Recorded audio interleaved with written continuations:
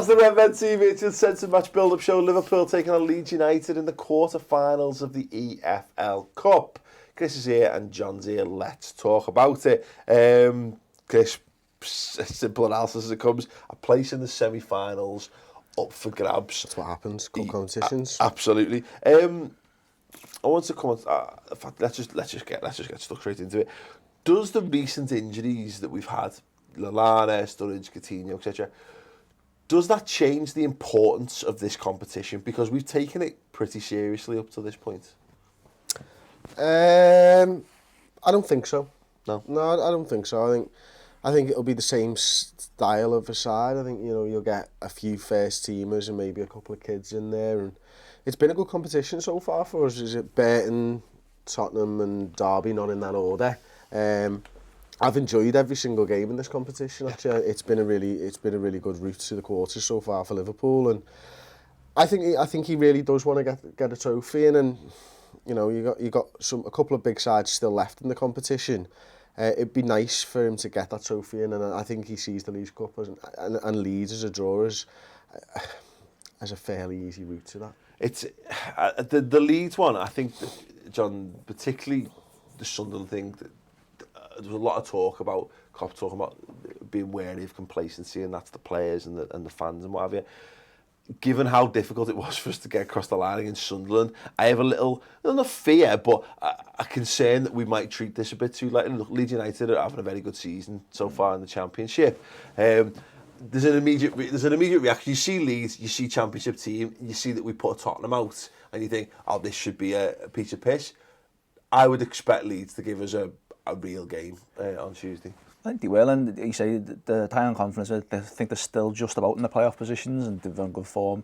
Gary Monk's gone in there and he's a good manager. I don't know, he's still fairly inexperienced, but he likes to play football and stuff, and he has them set up well. And all the players they've got in that squad, I know that they've sold a few big players recently, but they've sold them to Premier League sides, which probably tells you a lot about their academy and the quality they've got in their team. So, I wouldn't expect anything less from them to give us a tough game in terms of physical, but also I think actually they'll probably play a bit more football than what we expect as well, which can be good for us because we like to play football, but also I'm expecting to be a lot of the youngsters, so it might be a bit of a challenge and a bit of a test. This is one of the games where I think we need to be wary of this to some extent because of the injuries, Chris.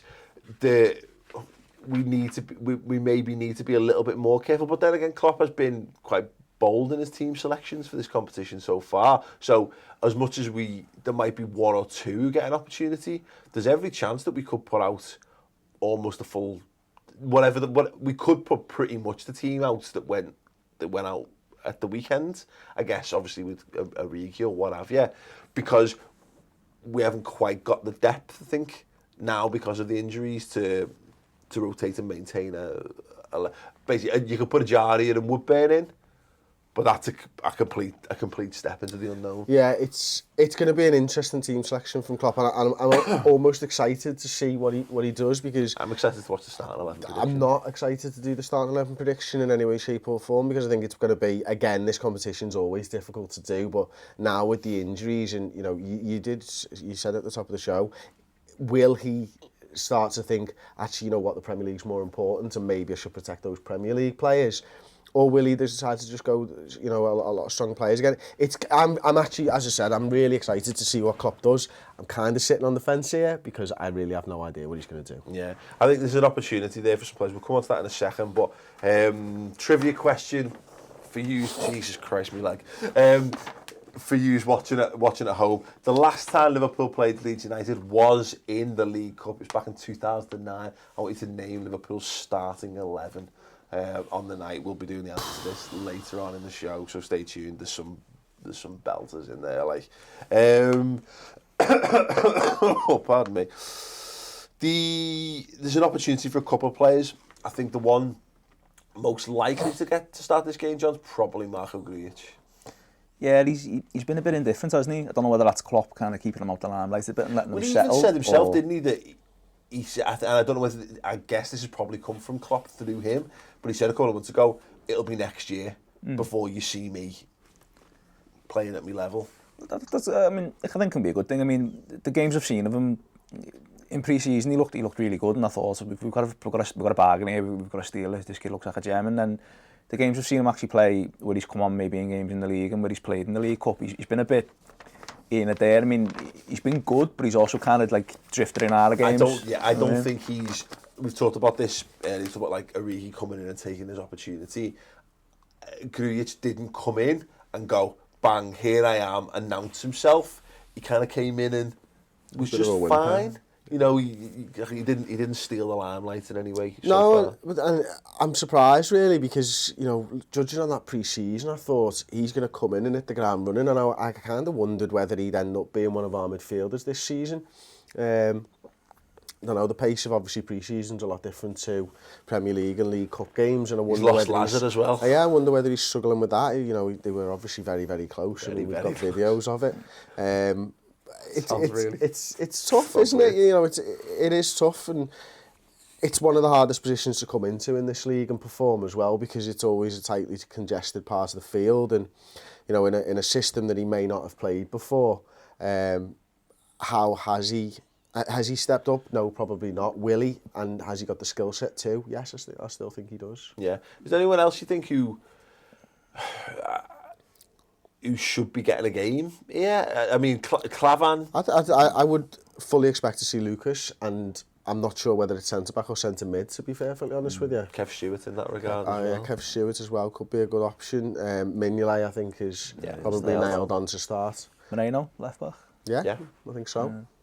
But we're already getting into this territory of that could be quite a lot of changes, and I agree from the perspective of when things are rosy and we need 2 weeks ago the League Cup was great because it gave us an opportunity to keep some of the fringe players ticking along. All of a sudden we're down to a position where again we had the bench against Sunderland, had Ben Woodburn and Ovie Ejaria on it. Great in prospect, great talented young players, but not proven, not the kind of players you're going, I'm excited to see them play, but I'm not thinking these guys are going to come in and win football matches for us yet.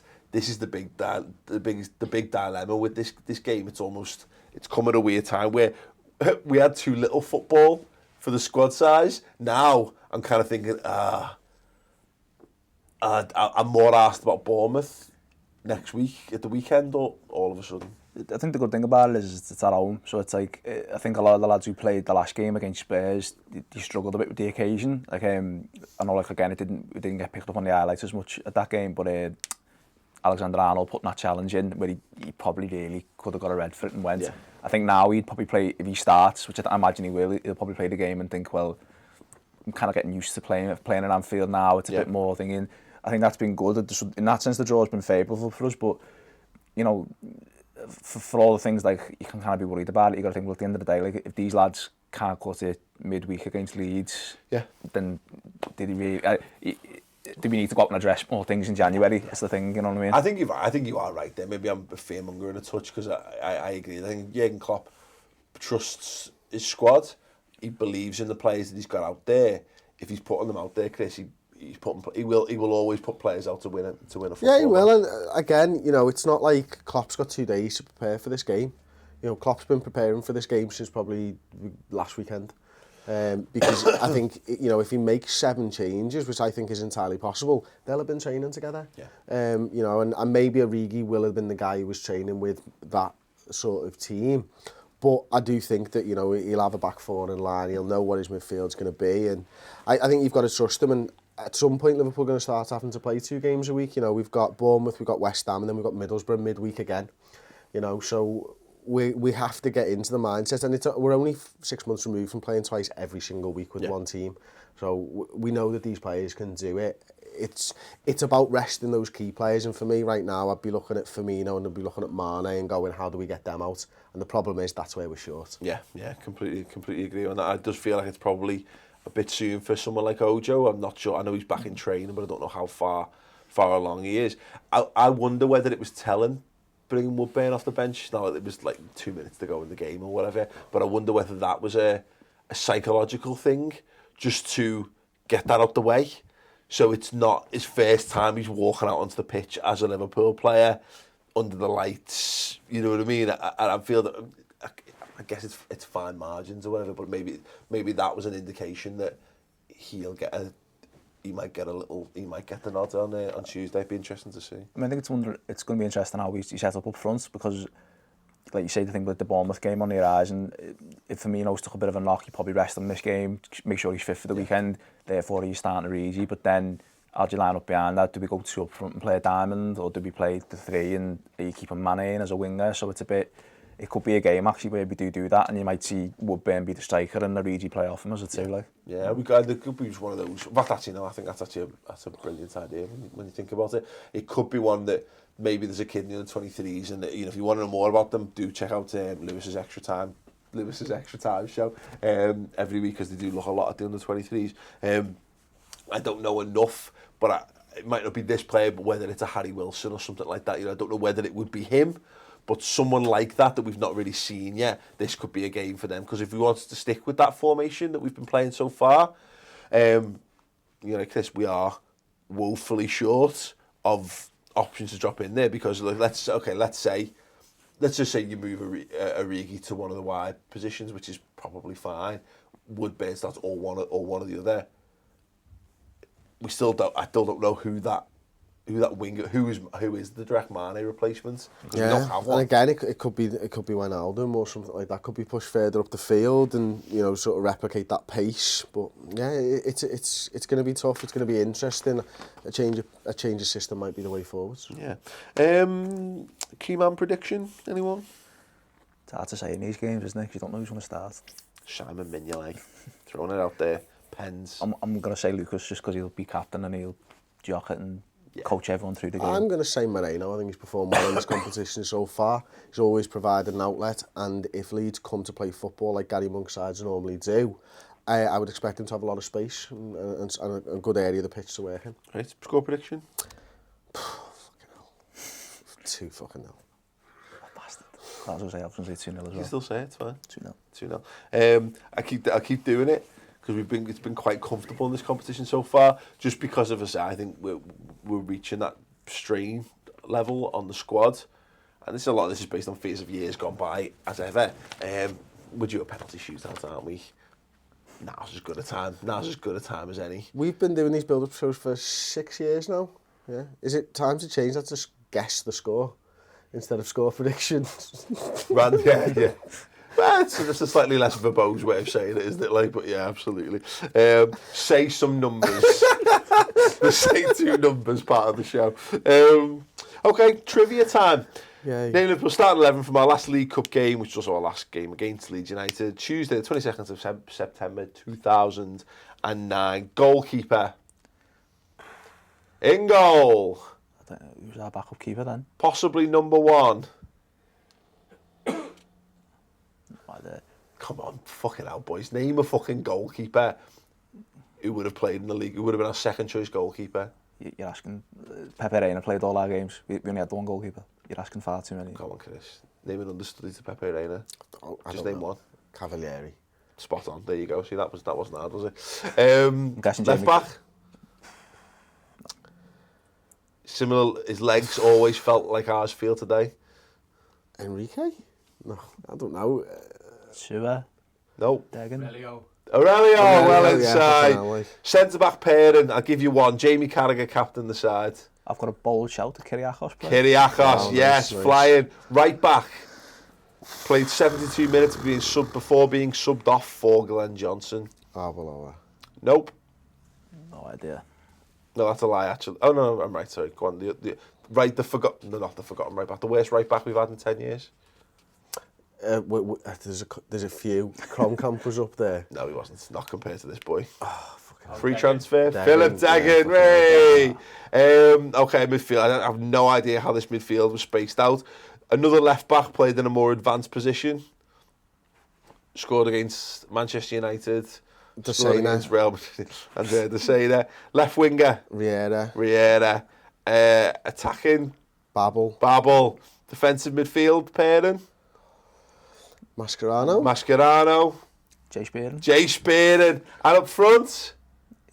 David Ngo. He scored the winner He scored the winner in a 1-0 victory before being substituted on 79 minutes for Steven Gerrard. Ow.